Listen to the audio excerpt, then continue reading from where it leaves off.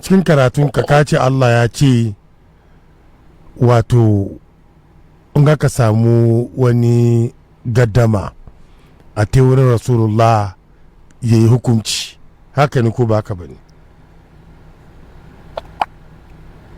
Ka fada ko ba ka ba? Ya faɗa mana. Ka fada, masha Allah. To zamanin rasulullah lokacin da yake nan daga makka da madina, shin shi kadai ya san alkur'anin ko wasu kuma sun sa alkur'anin nan? To ai da aka saukar da Qur'ani yana karanta wa mutane alkur'ani, da haka wasu da yawa sun sani. Wasu da yawa sun sani.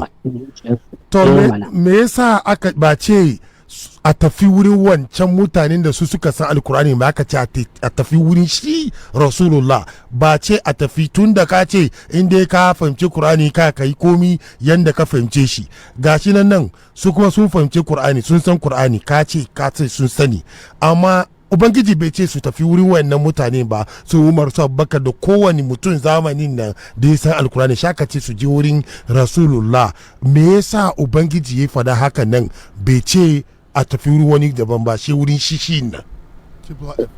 Abin da yasa yake a fada zai iya yiwa abin da za su zo su tambaya din lokacin annabi bai karantar da shi ba, su iya abin da suka sani suka rike a zuciya. A ka barin ba da amsa dan Allah, ya hakuri in magana kana da abin faɗe ka faɗa. Yawwa abin da kace me yasa aka ce su zo wajen annabi, misali akwai ba za ka tafi ko ne ka ce domin lokacin annabi bai koyar da wannan abin ba, shi yasa ne kamata su je wurin shi, bi ma na su je wurin shi, su je su koya kenan. kaga nan ka taka kana so kuma barka tafi nan magana ya fito bakinka ka ce wai zai yi domin lokacin nan manzon Allah bai koya musu wannan ba, shi yasa sun tafi wurin shi kenan su je su koya kenan. Allah akbar. To bari yi magana dai, ai na saurare ka yanzu. Minti ko ma me kai ban minti biyu na ko uku ka in ba da amsa. Sai ka in kana da abun faɗe sai ka bada. Amma kaka janye magana da kace kaman lokacin nan kila bai koya musu wannan ma kenan sun je su koya kenan. Kaka janye wannan. Kaka janye. Domin na san magana fito shi kai kana son ka janye wannan ka. Mu dai sabon lokaci na ko ba ka ba. Ba janye wannan maganar na bismillah. Yawwa. Abin da Allah ya faɗa wa ƙura'anin farakanahu li taqra'ahu 'ala nasi ala muksin, Allah ce wannan zallahu tanzila. Allah ce shi ƙura'anin abin karantawa ne da aka saukarwa annabi Muhammad wanda Allah ya rarrabe komai. Sai Allah ce li taqra'ahu 'ala nasi ala muksin wannan zallahu tanzila. Dan annabi yana karanta musu kaɗan kaɗan ne, ba rana ɗaya duka ya karanta musu ƙura'anin ba. Iya karanta musu ƙura'anin kaɗan kaɗan ne. To shi ne sai kaliman koyarwa nan bai koya musu da baka maimaita ba, don Allah tura shi cikin bayanin yakuri kaka cire.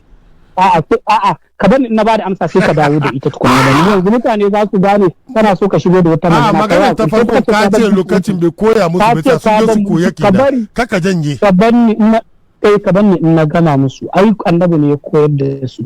Wallahi ba asa kuma yana rasulan minkum yatlu alaihim ayatihi wa yuzakkihim, sai Allah ya ce wa yu'allimuhum alkitaba, ya sanar da su ya koya musu. Ita ma ne zan janye, ai akwai ta Qur'ani ka bannin ba da amsa da Allah.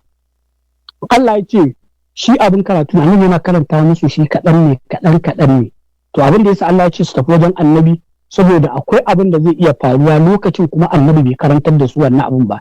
Shi yasa wa yas'alunaka anil mahidi, gashi sun zo gun annabin wa yas'alunaka suna tambayar annabin, sai Allah ce to kul gaya musu, dan lokacin bai gaya musu ba. Wa yas'alunaka anil ahilla, sai Allah ce kul gaya musu. Wa yas'alunaka anil yatama, sai Allah ce kul gaya musu.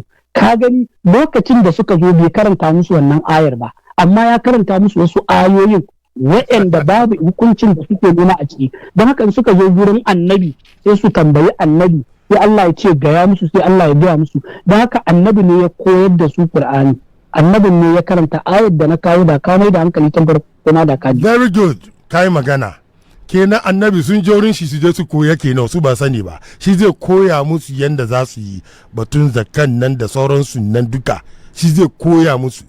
To da su suka je waɗanda ya je ya koya musu nan, ni da kai ba mu wurin nan, ya za mu gane yadda ya koya musu nan? Domin ka ce sun san Kur'ani fawo, sun san Kur'ani, amma dun da shi da suka tafi wurin shi ya je koya musu. To ni da kai ba mu samu dama mun je ido da ido mun je ya koya muna ba, kenan yanzu za mu gane yadda ya koya ma mutanen nan, ina za mu gano wannan? cikin Qur'anin zaka gane bai yiwa zama cikin Qur'anin zalla, domin ka yadda kaman su kuma wannan mutane sun san Qur'anin nan, amma duk da wannan suka tafi wurin shi ya je koya musu. Shi yasa bai yiwa ka ce kaman Qur'ani zalla ke nawo, domin ka yadda ka ce su sun san Qur'ani. Shi yasa nan malam ba mu amsa kawai. Subhanallah. Salamu alaikum. Malam MB ka zo ka bada wannan amsan ka.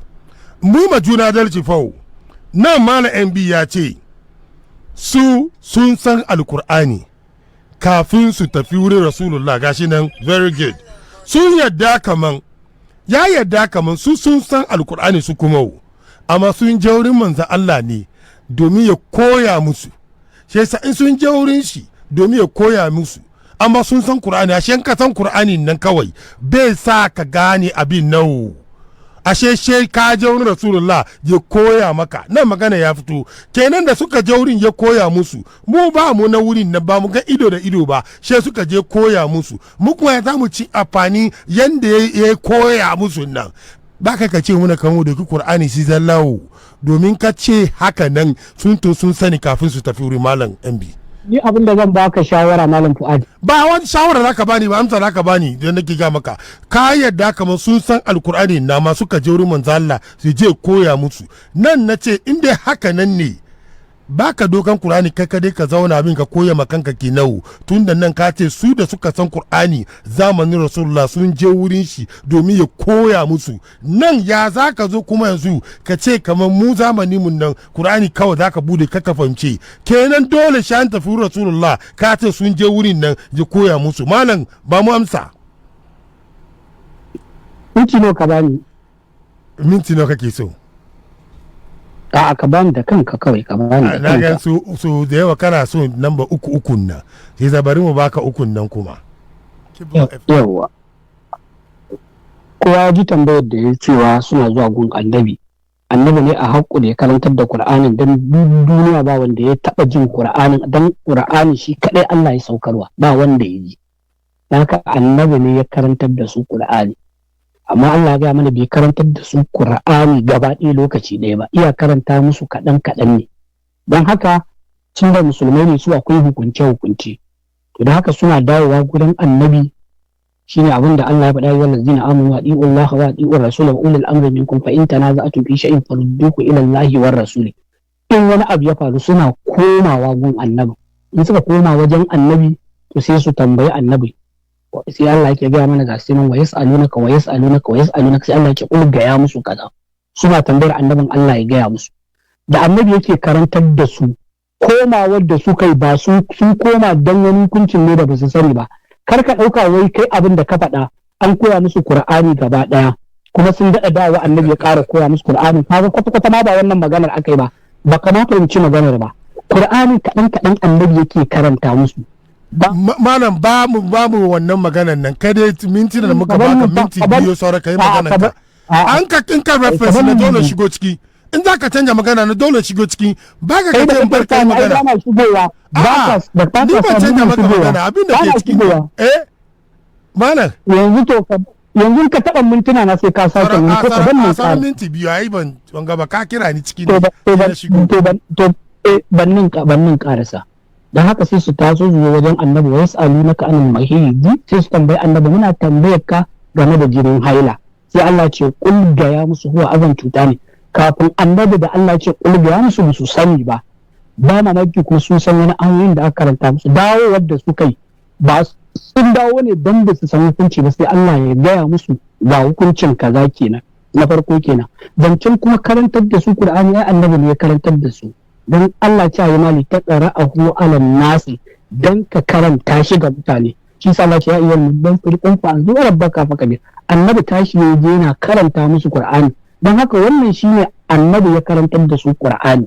Annabi bayan ya karantar da su Qur'ani, shi annabi lokacin da yake karantar da su in akwai wani hukunci to sai su zo su tambayi annabi, sai Allah ya bada amsa. Yana kan karantar da su kuma suna tambaya, Allah yana bada amsa cikin Alkur'ani. Wannan shine abin da Allah yi. Amma ba wai ka juya magana ba, ka ɗauko ta magana don kana so kai amfani da ita ko kai rikodin sai ka zo ka faɗa abin da ban faɗa ba sai ka gyara magana sai ka bada amsar ta kaga yanzu kana kokari ka fita cikin ruwan zafi kai da kaga kake tuma cikin ruwan fa kana ta tuma a ce ka ta baka minti 3 kai ta kokari ka fita cikin ruwan da maganan da yana nan ka gani kai dai ka fadi da bakin ka karara kamar suna zo rin manzo Allah she koya musu she na ce tunda suna zo Rasulullah koya musu kenan she na tambaye ka kafin haka su sun san Qur'ani kace sun san Qur'ani na to sun san Qur'ani nawo amma ba su zauna sun yi Qur'ani shi zalla sun ce sun karanta kawai su fahimta ba dun da wannan suna zo Rasulullah shi koya musu kenan ashe magana a ce ka bude Qur'ani kakkade ka fahimce komai da komai ba sai ka je ka duba yanda Rasulullah ya koyar ba maganan kan ya fadi kenan flat ya ci karo da dusi ne wanda ke da sharp domin ka ce suna zo wurin shi koya musu to kaga nan Malam MB with all due respect maganan nan gaskiya ya sunan shi ya samu matsala wannan kayan hankuri ya samu matsala tun da kaya da kaman ana zuwa wurin Rasulullah ne mutane zamani nawa Makka da Madina kace su kuma sun san Qur'ani amma suna zuwa Rasulullah koya musu abin da ya kamata yi to yanzu abin da ya koya musu na ba gan kaman ni da kai kuma yanzu da mu yi dole ne mu yi shi yanda shi ya koyan nan ba tun da mutane zamanin su da kai da su sun san Qur'ani amma suna so ya koya musu yanda za su yi amma shi yanzu yanda shi ya koyan nan sai ka ci a doki duka aje a sa shara wurgi da shi a zo kan Qur'ani shi zalla na za samo yanda ya koya musu ina za samo shi domin kagan in suka tafi yanda ya koya musu nan ba za su zo su rubuta sabon Qur'ani daban su yi wannan magana ba yanda ya koya musu nan wani magana ne fahimta ne da yake sun gani practically in ni da ka za mu samo yanda ya koyan nan ina za samo shi na aka ce ba ka samo shi cikin Qur'ani direct in ka same shi da wannan mutanen da ba su zo Rasulullah Malam MB lokaci mu ya kai ka duki minti 3 kai magana